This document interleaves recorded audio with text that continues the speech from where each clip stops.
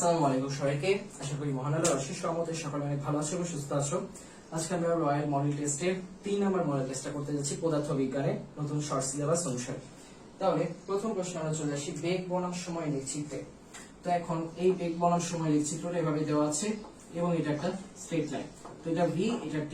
তো এখন আমরা জানি যে এরকম যদি কোনো ঢাল থাকে তার মানে এইখানে হচ্ছে শেষ বেগ আর এখানে হচ্ছে আদি বেগ। তো আদি বেগ হচ্ছে 0, শেষ বেগ 100 বা সময়ের পার্থক্য যেটাই থাকে 5 বা যাই থাকুক।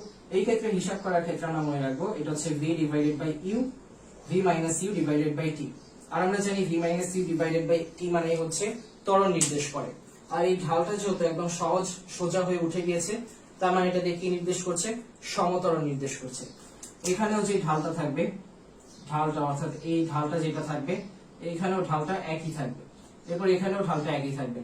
প্রত্যেকটা ক্ষেত্রে প্রত্যেকটা সময়ের পার্থক্যের সাথে ঢালটা একই থাকছে। একই ঢাল থাকার অর্থ হচ্ছে এটা সমতরণে যাচ্ছে। তাহলে প্রথম ঢালটাকে আমরা বুঝতে পারছি প্রথম গ্রাফটা দিয়ে যে এটা বেগ বনাম সময় লেখচিত্রে সমতরণ নির্দেশ করছে। এরপরে কোন বস্তুর ক্ষেত্রফল পরিমাপে চূড়ান্ত ত্রুটি 84 সেন্টিমিটার স্কয়ার আর পরিমাপ করা মান 400 সেন্টিমিটার স্কয়ার হলে আপেক্ষিক ত্রুটি কত? প্রথমে আমরা চূড়ান্ত ত্রুটিকে যে পরিমাপ করা মান সেটা দিয়ে ভাগ করব। 21 ডিভাইডেড বাই 100 আসছে।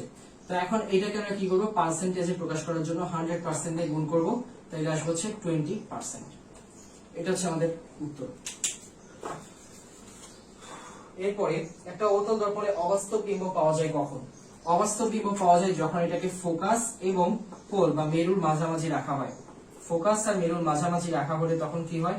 তখন এই যে এই বিম্বটা ফোকাস আর মেরুর মাঝামাঝি থাকলে এটা যায় একবার এই ফোকাস দিয়ে যাবে, আরেকবার হচ্ছে এই পিছে যে সি থাকবে এটা দিয়ে যাবে, আর দুইটা মিলিত হবে কোথায়? এই পিছে মিলিত হবে। আর মনে হবে যে এটা আসলে মিলিত হয়েছে, কিন্তু এটা কিন্তু আসলে মিলিত হচ্ছে না, কারণ এটা এভাবে চলে যাবে। যদি এভাবে আসে তাহলে কই যাচ্ছে? নিচে চলে যাচ্ছে, এটা কিন্তু আর পিছে যাচ্ছে না। আবার এটাও যদি এদিকে আসে তাহলে এখানে বাধাগ্রস্ত হয়ে কি হবে? এই পিছে ফিরে আসবে। কিন্তু মনে কি হবে? এই দুটাকে যদি আমরা পিছে মিলাই তাহলে মনে হবে যে এই বিন্দুতে মিলিত হয়েছে। আবার এদিক থেকেও যদি যায় তাহলে আবার এই বিন্দুতে মনে হচ্ছে মিলিত হয়েছে, কিন্তু আসলে এভাবেও যদি যায় কোনো আলোক রশ্মি যদি এই দিক দিয়ে যায় তাহলে আবার কি হবে? স্ট্রেট পিছে ফিরে আসবে। বক্রতার ব্যাসার্ধ দিয়ে গেলে স্ট্রেট পিছে ফিরে আসবে, কিন্তু মনে হবে যে পিছন দিকে গিয়ে মিলিত হয়েছে, যদিও তা হবে না। যদি এরকম মনে হয় যে হয়েছে কিন্তু আসলে হয়নি, তাহলে সেই জিনিসটা কি? অবাস্তব। আমার মনে হচ্ছে যে আমি ফ্রান্সে গিয়েছিলাম কিন্তু আসলে আমি কখনো ফ্রান্সে যাইনি, তাহলে এই জিনিসটা কি হচ্ছে? অবাস্তব একটা ধারণা। তাহলে এই যে এই জিনিসটা, এটাকে বলা হয় অবাস্তব বিম্ব। আর এটা কখন পাওয়া যায়? যখন আমরা অবতল দর্পণে প্রধান ফোকাস আর যে মেরু থাকবে এই দুটার মাঝখানে কোনো বস্তু রাখবো, তখন পাওয়া যাবে। এরপরে একটা গাড়ির বেগ 36 মিটার পার সেকেন্ড থেকে 4 সেকেন্ড সুষমভাবে 60 মিটার পার সেকেন্ড হ্রাস পায়, তাহলে এর মন্দন ত্বরণ কত? ত্বরণ চেয়েছে। এখন ত্বরণ হচ্ছে v minus u divided by t. শেষ বেগ কত ছিল আমাদের? শেষ বেগ হচ্ছে 16, এখানে 16, আদি বেগ ছিল 36, আর কতক্ষণ ধরে হ্রাস পেয়েছে? 4 সেকেন্ড ধরে।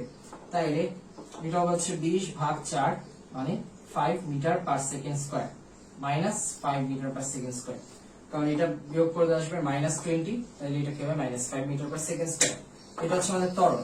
যদি বলতো মন্দন কত, তখন কি -5 মিটার পার সেকেন্ড স্কয়ার দেওয়া যেত না, তখন আমাদের 5 মিটার পার সেকেন্ড স্কয়ার দিতে হতো। অর্থাৎ চিহ্নটা কি হয়? মন্দনের ক্ষেত্রে পাল্টে যায়, ত্বরণের ক্ষেত্রে একরকম, মন্দনের ক্ষেত্রে তার বিপরীত চিহ্ন। মানটা একই থাকে, চিহ্ন পাল্টায়। প্রধান স্কেল পার্ট 12 মিলিমিটার, ভার্নিয়ার সমপাতন 7, ভার্নিয়ার ধ্রুবক 0.01 সেন্টিমিটার হলে পাঠ কত? তো এখন এখানে আমাদের দেওয়া আছে সেন্টিমিটারে, ভার্নিয়ার ধ্রুবক 0.01 সেন্টিমিটার মানে হচ্ছে 0.1 মিলিমিটার। 0.1 মিলিমিটার এটা হচ্ছে আমাদের ভার্নিয়ার ধ্রুবক।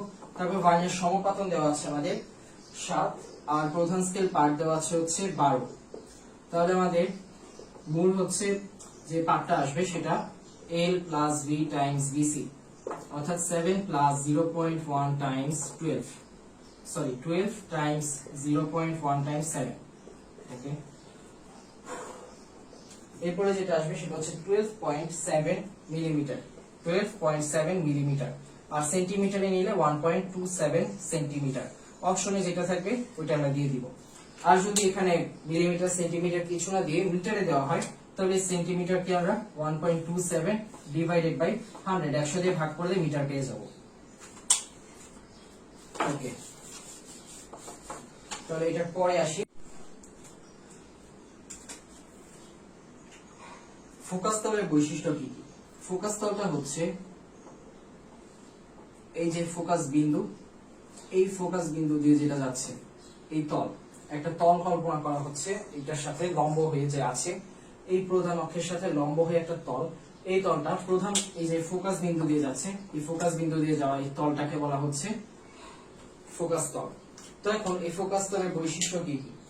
এটা প্রধান অক্ষের সাথে লম্ব, এই যে প্রধান অক্ষ এটার সাথে লম্ব, ইয়েস। এরপরে এটা প্রধান ফোকাসগামী, এটা প্রধান ফোকাসগামী।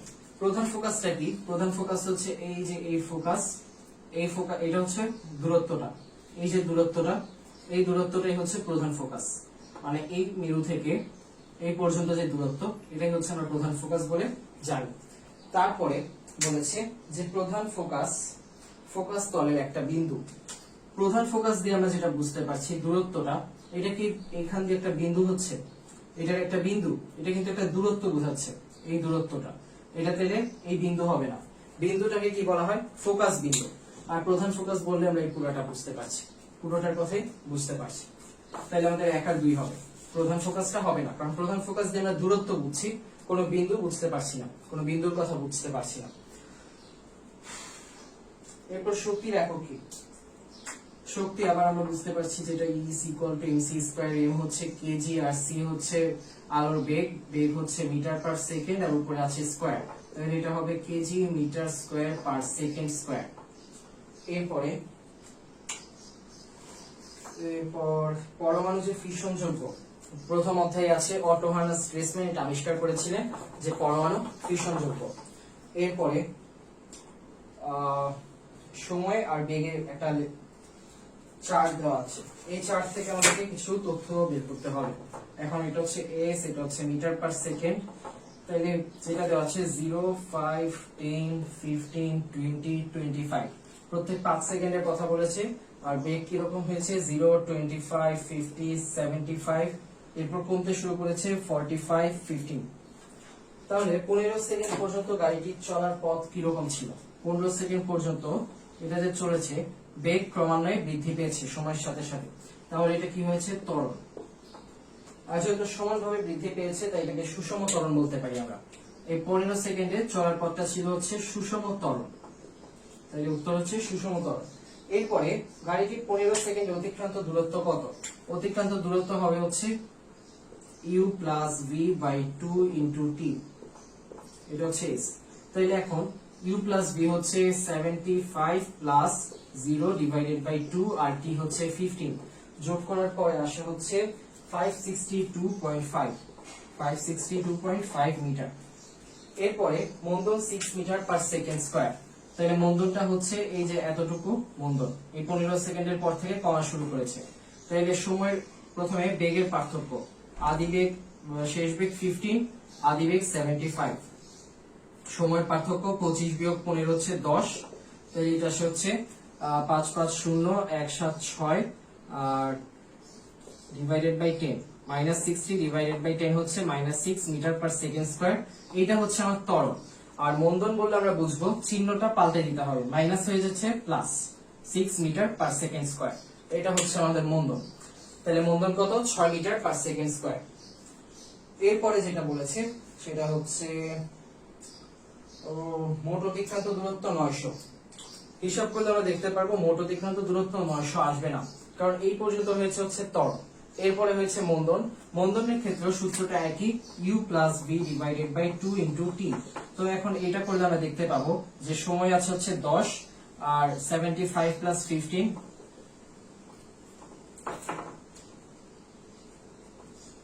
ডিভাইডেড বাই 2 টাইমস 10, এটা 1, এটা 5, আর এটা গুণ করলে কিন্তু কখনোই এই দুইটার যোগফল 900 হবে না। হিসাব করলে আমরা বুঝতে পারবো। তাই আমাদের উত্তর হচ্ছে 1 এবং 2।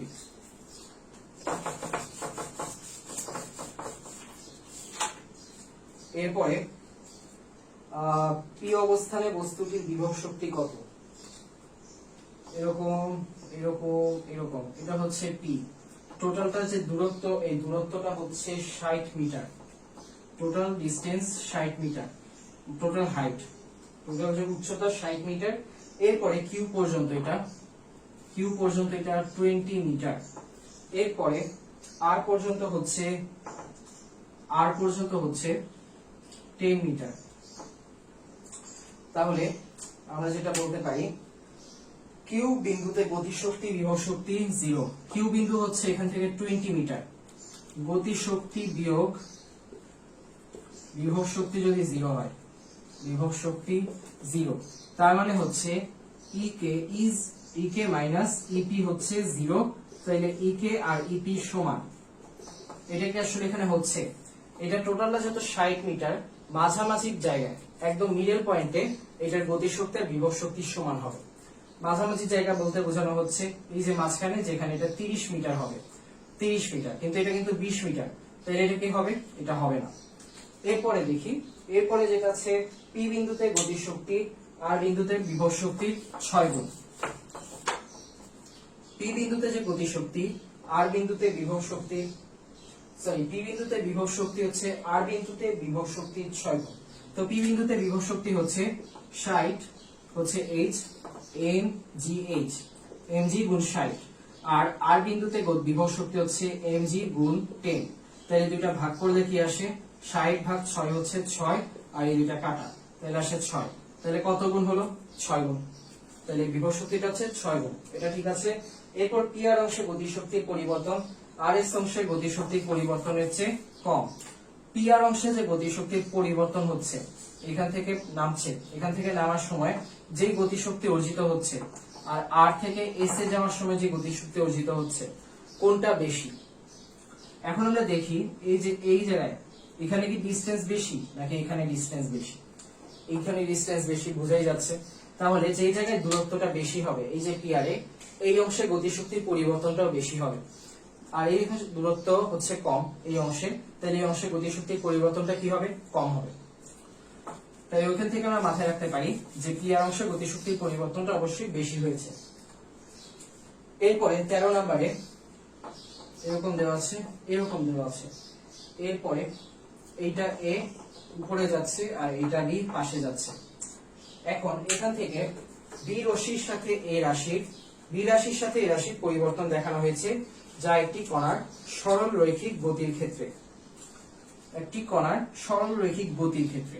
তো এখন এই সরল রৈখিক গতিতে আমরা কি বলতে পারি, বি রাশিটি কি নির্দেশ করে, টাইম নির্দেশ করে, সময়। কারণ এটা হচ্ছে এক্স অক্ষ, এক্স অক্ষর সাথে সবসময় কে থাকে, মুক্ত রাশি থাকে, বা মুক্ত স্বাধীন চলক থাকে, স্বাধীন রাশি বা স্বাধীন চলক থাকে। এই স্বাধীন চলকটা হচ্ছে সময়। সময় কিন্তু স্বাধীন, কারোর উপর নির্ভর করছে না। বেগ যেমন সময়ের সাথে বাড়বে, একা একা বাড়ছে, একা না, যত সময় যাচ্ছে তত বেগ বাড়ছে। দূরত্ব বা অবস্থানের পরিবর্তন, সময়ের সাথে অবস্থানের পরিবর্তন হচ্ছে, একা একা পরিবর্তন হচ্ছে না। এই যে সময় যাচ্ছে তত দূরত্ব পরিবর্তন হচ্ছে বা অবস্থানের পরিবর্তন হচ্ছে। তাই সবাই সময়ের উপর কোনো না কোনো ভাবে নির্ভর করছে। তাই এখানে স্বাধীন চলকটাকে সময়, তাই আমরা বি বরাবর কাকে নিব, সময়কে নিব। এরপর দেখা যাক, এই রাশিটি যদি দূরত্ব নির্দেশ করে, কণার বেগ সুষম হয়। এই রাশিটি দূরত্ব নির্দেশ করলে এটা হচ্ছে এস, তাইলে এটা কি হবে, এটা হচ্ছে ঢাল, আর ঢালটার মান কি, ঢালটার মান হচ্ছে এই এসটা এখানে আর এই টিটা এখানে। তাহলে ঢালটার মান হবে হচ্ছে এস ডিভাইডেড বাই টি, বিপরীত ভাগ ভূমি। তাহলে এই এস ডিভাইডেড বাই টিটা কি আসে, ভি, বেগ। S is equal to VT, S divided by T is equal to V. এটা কার ক্ষেত্রে প্রযোজ্য, সমবেগের ক্ষেত্রে প্রযোজ্য। তাহলে কণাটির বেগ যদি সুষম হয়, তাহলে এটা কি নির্দেশ করবে, দূরত্ব নির্দেশ করবে। এই রাশিটি বেগ নির্দেশ করে কণাটি সুষম সমতরণে গতিশীল হয়ে। তাহলে এ যদি বেগ নির্দেশ করে ভি, তখন কি হবে, এটা এস এর জায়গায় ভি হয়ে যাবে, এটা টি, তাহলে ভি বাই টি কি হয়, ভি হচ্ছে ভি এর পরিবর্তন, এটা ভি, এটা ইউ ধরলাম, এটা হচ্ছে শেষ বেগ, এটা হচ্ছে আদি বেগ, এই যে শেষ বেগ আদি বেগ। তাহলে শেষ বেগ বিয়োগ আদি বেগ ডিভাইডেড বাই টি হচ্ছে এ, সমতরণ। তাহলে আমরা দেখতে পাচ্ছি এটাও সঠিক। এরপরে 14, 50 কেজি ভরের একটা বস্তু 20 মিটার পার সেকেন্ড বেগে চলেছে, বস্তুটিতে 0.5 মিটার পার সেকেন্ড স্কয়ার তন্দুন সৃষ্টি করলে 10 সেকেন্ড পর গতিশক্তি কত হবে? তো এখন আমাদের বেগ দিয়েছে, বস্তুর বেগ ইউ দিয়েছে হচ্ছে 20 মিটার পার সেকেন্ড, ইউ দিয়েছে 20 মিটার পার সেকেন্ড। এরপরে এ দিয়েছে 0.5 মিটার পার সেকেন্ড স্কয়ার। এরপরে সময় দিয়েছে হচ্ছে 10 সেকেন্ড, 10 সেকেন্ড। আর আমরা জানি এটা কি বলেছে, এটা বলেছে হচ্ছে মন্দন। মন্দন মন্দন বলে আমরা বুঝতে পারছি ত্বরণের আগে একটা ঋণাত্মক চিহ্ন বসবে, মাইনাস চিহ্ন। তাহলে v is equal to u plus at। এখন u এর জায়গায় 20, a এর জায়গায় মাইনাস 0.5, t এর জায়গায় 10, তাহলে এটা হয়ে যাচ্ছে 15 মিটার পার সেকেন্ড v এর মান। তো এখন আমাদের গতিশক্তি চেয়েছে, গতিশক্তি হচ্ছে হাফ m v স্কয়ার, তাহলে হাফ m এর জায়গায় কি বসবে, m হচ্ছে 50 কেজি, তাহলে 50 বসবে, আর v এর জায়গায় বসবে হচ্ছে 15 স্কয়ার। তাহলে হিসাব করে দেখি 0.5 গুণ 50 গুণ 15 স্কয়ার আসে হচ্ছে 5625, 5625।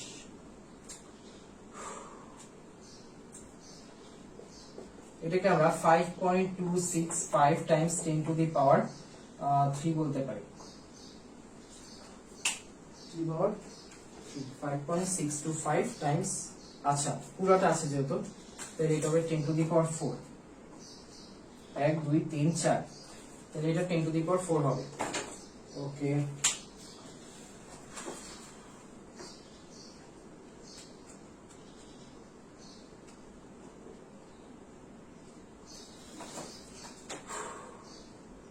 এরপর কোনটি বহুদিনের সঞ্চিত সৌরশক্তি? বহুদিনের সঞ্চিত সৌরশক্তি হচ্ছে প্রাকৃতিক গ্যাস, সৌরকোষ। ওকে, আমার মনে হচ্ছে এটা সৌরকোষ হওয়ার কথা, তবে অপশনে দেওয়া আছে হচ্ছে প্রাকৃতিক গ্যাস উত্তরে। তাহলে এরপরে যেটা দেখব, বড় বড় টেলিস্কোপে কোনটি ব্যবহার করা হয়? বড় বড় টেলিস্কোপ দিয়ে আমরা কি দেখি, অনেক মহাকাশে অনেক দূরে জিনিস দেখা হয়। তো অনেক দূরের জিনিসকে যদি আমরা বড় করে দেখতে চাই তাহলে কি করতে হয়, বড় করে দেখতে চাইলে ব্যবহৃত হয় অবতল দর্পণ, আর কোনো কিছু ছোট করে দেখতে চাইলে ব্যবহৃত হয় উত্তল দর্পণ। গাড়িতে উত্তল দর্পণ ব্যবহার করে কারণ পিছে যে অনেক বড় একটা জায়গা আছে এটাকে আমরা অনেক ছোট একটা পরিসরে দেখতে চাই, অনেক বড় এটাকে আমরা ছোট করে দেখতে চাই, তাহলে কি করতে হবে, জিনিসটাকে ছোট করে ফেলতে হবে, অর্থাৎ প্রত্যেকটা ছোট করে ফেলতে হবে। আমি যদি পুরো পৃথিবীটাকে একসাথে দেখতে চাই তাহলে কি করতে হবে, পৃথিবীর ছবিটাকে কি করতে হবে, ছোট করে ফেলতে হবে। আসল যে দৈর্ঘ্য আছে সেই আসল দৈর্ঘ্য হচ্ছে ছোট করে ফেলতে হবে পথচারীদের, যখন আমরা গাড়িতে করে পিছে দেখতে চাবো ওই জন্য ব্যবহৃত উত্তল দর্পণ। আর যখন আমরা বৃহস্পতির একটা অনেক ভালো একটা ছবি দেখতে চাবো টেলিস্কোপ দিয়ে, তখন আমাদের বৃহস্পতিটাকে কি করতে হবে, বড় করে নিতে হবে, কারণ এটা অনেক দূরে আছে। আর এই বড় করার কাজটাই কি করে, টেলিস্কোপ। বড় বড় টেলিস্কোপ যেগুলো আছে এগুলোতে অবতল দর্পণ ব্যবহার করার মাধ্যমে এটা করা যায়। এরপরে যেটা দেখা যাচ্ছে, পরিবাহকত্বের বিপরীত রাশিকে কি বলা হয়? পরিবাহকত্ব হচ্ছে এটা, এটার বিপরীত রাশি হচ্ছে 1/ρ। এই যে এটার বিপরীত রাশি হচ্ছে রো, রোটা হচ্ছে রোধকত্ব, যেটাকে আপেক্ষিক রোধ বলা হয়, রোধকত্ব অথবা আপেক্ষিক রোধ। আকাশ নীল দেখায় কারণ কি? আলোর যে বিক্ষেপণ হয় এই বিক্ষেপণের কারণে আকাশের রংটা কি দেখায়, নীল দেখায়।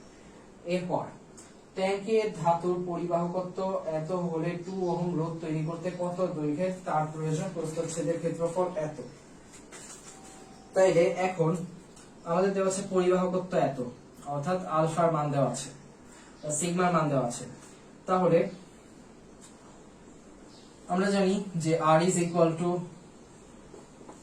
এটা, তাইলে L is equal to AR divided by এটা, এটা এই পাশে চলে যাচ্ছে। তাইলে এখন কি হবে, এটার জায়গায় যদি আমি আলফা নিয়ে আসি তাহলে এটার সাথে সিগমা নিয়ে আসি, তাহলে সিগমাটা গুণ করে দিব, পরিবাহকত্ব গুণ করে দিব।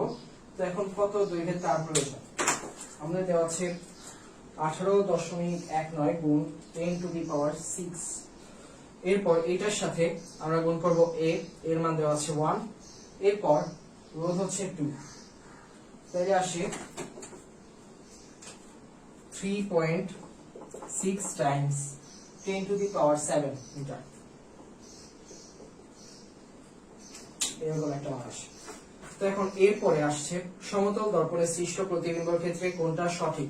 এটা অনেক বিখ্যাত প্রশ্নের আগের সবগুলাতেই পাওয়া গিয়েছে যে আমি যতদূর দাঁড়াবো আমার বিম্বটাও তত দূরেই থাকবে, অর্থাৎ আমি যতদূর দাঁড়াচ্ছি 2 মিটার হলে বিম্বটাও 2 মিটার দূরেই থাকবে, অর্থাৎ বস্তু এবং বিম্ব সমদূরত্বে অবস্থিত হবে। একটা বস্তুর দৈর্ঘ্য একটা উত্তল দর্পণের বিবর্ধন যথাক্রমে 0.8 মিটার আর 0.5 হলে প্রতিবিম্ব দৈর্ঘ্য কত। আমরা জানি যে প্রতিবিম্ব দৈর্ঘ্য ভাগ আমার দৈর্ঘ্য হচ্ছে বিবর্ধন। বিবর্ধন দেওয়া আছে 0.5, আমার দৈর্ঘ্য 0.8 হলে এই আমার দৈর্ঘ্য এত হলে বিম্বর দৈর্ঘ্য হচ্ছে 0.5 গুণ 0.8 0.4 মিটার। এরপরে কোন বর্তনীতে একাধিক পথ থাকে। সমান্তরাল বর্তনী। আমরা সবাই জানি যে এরকম ভাবে যদি দুইটা পথে ভাগ হয়ে যায় তাহলে আবার যদি দুইটা পথে মিলিত হয় তাহলে এই বর্তনীটার নাম হচ্ছে সমান্তরাল বর্তনী। এখানে একটা রোধ থাকবে, এখানে একটা রোধ থাকবে। এরপর 21 কোন বস্তুর কোনটি অর্ধপরিবাহী। অর্ধপরিবাহী আমাদের দুইটা মনে রাখতে হবে অবশ্যই, একটা হচ্ছে সিলিকন আর একটা জার্মেনিয়াম। এর মধ্যে অপশনে আছে জার্মেনিয়াম, তাহলে আমাদের উত্তরটাও হবে জার্মেনিয়াম।